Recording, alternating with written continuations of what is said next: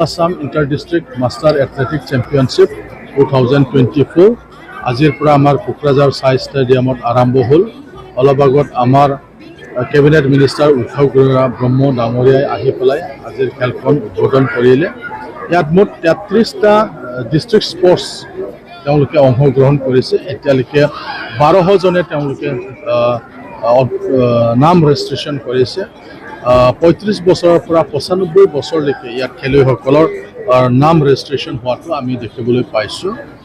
মুঠ তেওঁলোকে আমাক জনাইছে 12টা কেটেগৰী হ'ব।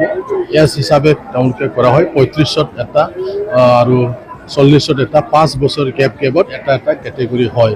তো ভাল লাগিল যে 2000 চনতো কোকৰাঝাৰত KDC যে প্লেগ্ৰাউণ্ড তাতে অনুষ্ঠিত হৈছিল। কিন্তু এতিয়া আমি সাই ষ্টেডিয়ামত আজিৰ এই 30 সংখ্যক যিটো আমাৰ মাষ্টাৰ এথলেটিক চেম্পিয়নশ্বিপ সেইটো অনুষ্ঠিত কৰিবলৈ আমি সুবিধা পাইছোঁ। কোকৰাঝাৰ সঁচাকৈ খেলৰ এটা হাব হ'বলৈ গৈ আছে। ইয়াত আমি বিভিন্ন ধৰণৰ খেল আয়োজন কৰিবলৈ সুবিধাও পাইছোঁ। নেশ্যনেল গেমৰ বিলাকৰ পাতিবলৈ আমি সুবিধা পাইছোঁ।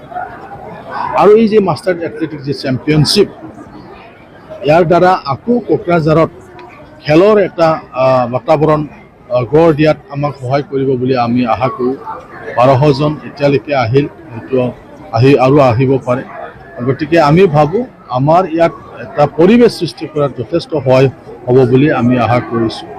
ইতিমধ্যে আমাৰ কোকৰাঝাৰৰ বহুকেইগৰাকী প্ৰতিযোগীয়েও ইয়াত অংশগ্ৰহণ কৰিব।